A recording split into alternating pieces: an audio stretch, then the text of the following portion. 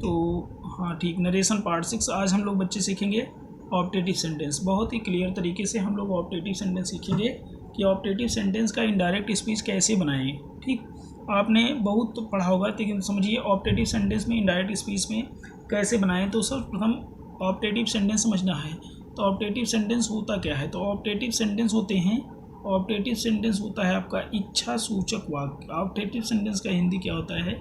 इच्छा सूचक वाक्य। क्या करते हैं? जब हम अपनी इच्छा व्यक्त करते हैं, अपनी इच्छा व्यक्त करें, किसी को या तो आशीर्वाद देंगे, या तो श्राप देंगे, या तो विश करेंगे, या तो प्रे करेंगे, ऐसे सेंटेंस आपकी इच्छा सूचक वाक्य कहलाते हैं। यानी अगर आप डेफिनेशन देखें तो a sentence that gives the sense of bless, curse, wish and pray. यानी कोई भी सेंटेंस जो हमें देता है, किसका सेंस देता है? ब्लेस का सेंस देता है, कर्स का सेंस देता है। ब्लेस का मतलब आशीर्वाद, कर्स मतलब श्राप, विश का मतलब कोई इच्छा जाहिर करना, प्रे का मतलब प्रार्थना। इस कॉल्ड ऑप्टेटिव सेंटेंस। ऐसे सेंटेंस को ऑप्टेटिव सेंटेंस कहते हैं जी। ठीक है, ऑप्टेटिव सेंटेंस क्या होते हैं? ऐसे सेंटेंस होते हैं जो किसका सेंस देते हैं? ब्लेस का, कर्स का, विश का और प्रे का। ठीक है, इसके फीचर्स समझिए कि इसकी विशेषताएं क्या होती हैं। तो ये जो ऑप्टेटिव सेंटेंस होते हैं, इट स्टार्ट्स विद मॉडल में। ठीक है, ये मई ना समझिए, इस मॉडल्स में है तो मे से शुरू होता है और it finishes with punctuation full stop. Full stop से शुरू होता है, जो फुल स्टॉप से लास्ट फिनिश होता है। तो हमने यहाँ पे एक स्ट्रक्चर के माध्यम से हमने क्या सीखा? ये जो ऑप्टेटिव सेंटेंस होते हैं क्या होते हैं? मे से शुरू होते हैं और मे एक मॉडल से। तो मे के बाद क्या आता है? हमें सब्जेक्ट, और इसके बाद B1, और इसके बाद अदर वर्ड में हमने लिख दिया कुछ भी हो, फिर फुल स्टॉप। किससे? तो मे से शुरू होगा, इंड किससे होगा? फुल स्टॉप से। तो ऐसे सेंटेंस क्या कहलाते हैं? Optative sentence. क्या होते हैं बच्चे? Optative sentence. मतलब स्ट्रक्चर आपका इस तरीके से होगा। ऑप्टेटिव सेंटेंस का स्ट्रक्चर इस तरीके से होगा और सेंस किसका देगा? ब्लेस, कर्स, विश, प्रे का। ठीक है, यहाँ पे लिखा है if finishes with a mark of interrogation. यदि यह किससे फिनिश होता है? इंट्रोगेशन के मार्क से, चिन्ह से, तो it is called an interrogative sentence. दूसरी कंडीशन मैंने बताया कि अगर मे हो, फिर सब्जेक्ट, फिर V1 प्लस अदर वर्ड और मार्क क्या हो? क्वेश्चन मार्क, तो इसे क्या कहेंगे? ऑप्टेटिव नहीं कहेंगे। फिर ये क्या कहलाएगा? Interrogative sentence.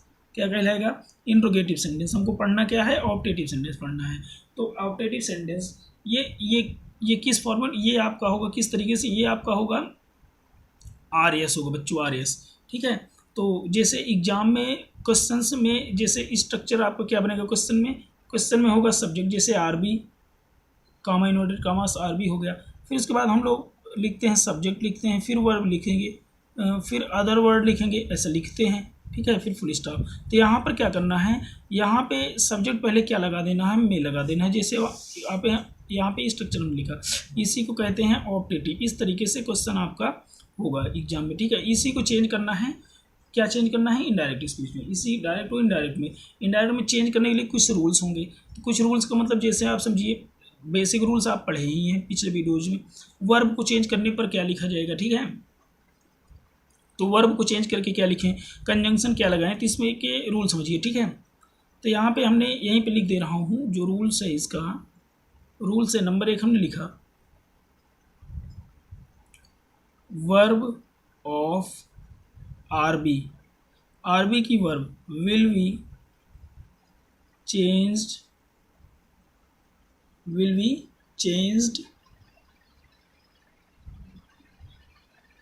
blessed, will be changed, blessed, cursed, wished and prayed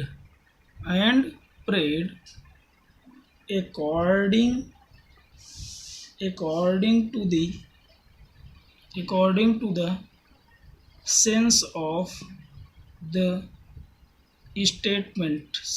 the statement। बच्चों, वर्ब यानी RB की जो वर्ब है विल भी चेंज हो जाएगी। ब्लेस्ड में, कर्स में, विश में, प्रेड में, according to sense of the statement के सेंस के अनुसार ये इसको हम लोग चेंज कर देंगे। ठीक है, सेकंड क्रम में कंजंक्शन। तो कंजंक्शन क्या होता है? यहाँ पे conjunction that is used. Conjunction क्या होगा? That is used. Conjunction that का प्रयोग करेंगे। यही 2 रूल समझना है, बाकी सेंस कर देना है। तो ये 2 रूल, बाकी शेष रूल सामान्य रूल पिछले रूल की तरह हैं, उस हिसाब से काम करना है। जैसे हमने एग्जाम्पल लिखा, जैसे हमने लिखा मदर, ये सॉरी यहाँ पे लिखा मदर सेड टू मी, और हमने लिखा may you live long, may you live long. एक क्वेश्चन लिखा, मम्मी ने मुझसे कहा मे यू लिव लॉन्ग, आप क्या हो, लिव लॉन्ग, चिरंजीव रहो। मम्मी ने कहा आप सदैव प्रसन्न रहिए, ठीक है, हमेशा खुश रहिए, हमेशा बने रहिए, ठीक है, जीवित रहिए। तो आप क्वेश्चन क्या करें, मम्मी। अब इसका इनडायरेक्ट हमने क्या किया, अब सब्जेक्ट लिख दिया मदर, लिखा मदर लिख दिया, ठीक है। अब सेड को किस में चेंज करें, क्या सेंस दे रहा है भाई, मम्मी क्या करेंगी, मुझे ब्लेस्ड देंगी, मदर ब्लेस्ड आशीर्वाद दिया, ब्लेस्ड मी, कंजंक्शन क्या लगाया, दैट लगाया। देखिए ऑब्जेक्ट हो तो लगाओ, ना जरूरत हो ना लगाओ, कोई दिक्कत नहीं। फिर उसके बाद सब्जेक्ट लिखना है, सब्जेक्ट क्या है, सेकंड पर्सन यू क्या है यहाँ बच्चे, सेकंड पर्सन है, तो किसके अनुसार, ऑब्जेक्ट के अनुसार चेंज होगा। ऑब्जेक्ट क्या है, मी, तो मी का यहाँ पर क्या हो जाएगा, आई हो जाएगा, ठीक है। Mother blessed me that I, फिर मे का क्या हो जाएगा, मे का माइट कर देंगे, आई माइट लिव लॉन्ग। इस तरीके से आपको ऑप्टेटिव सेंटेंस चेंज करना है। एग्जाम्पल नंबर 2 में हमने जैसे एक एग्जाम्पल और देखें, हमने लिखा my friend said comma inverted commas may you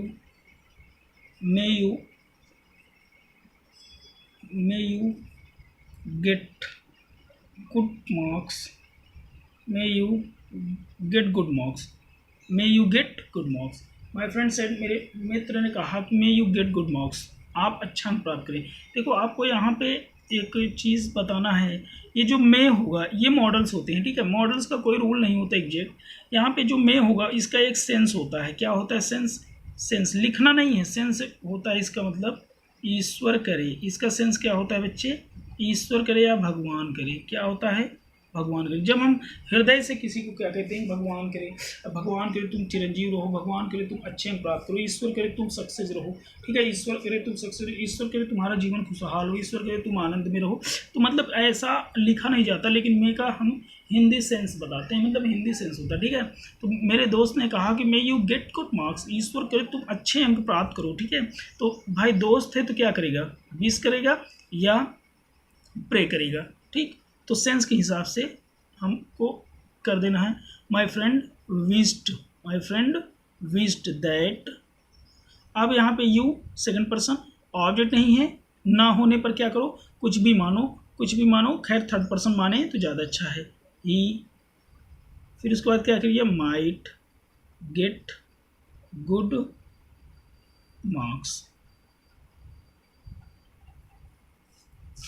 अब जैसे एग्जाम्पल नंबर हमने यहाँ एक और एग्जाम्पल लिखा, हमने लिखा द टीचर, एग्जाम्पल के माध्यम से और बता दूँ, the teacher said to me comma inverted commas you be happy. अब देखो इतना लिख दे, यू बी हैप्पी, तुम खुशहाल रहो, यू बी मतलब हो, बनो, हैप्पी मतलब खुश, तुम खुशहाल रहो। अब मैं नहीं लगाया तो यहाँ घबराने की बात नहीं है, इसका सेंस चेक करो कि यू बी हैप्पी, तुम क्या रहो, प्रसन्न रहो। तो यहाँ पे मैं नहीं लगाया, फिर भी ये सेंटेंस क्या है, ऑप्टेटिव है। टीचर ने मुझसे कहा भाई तुम प्रसन्न रहो, ठीक है।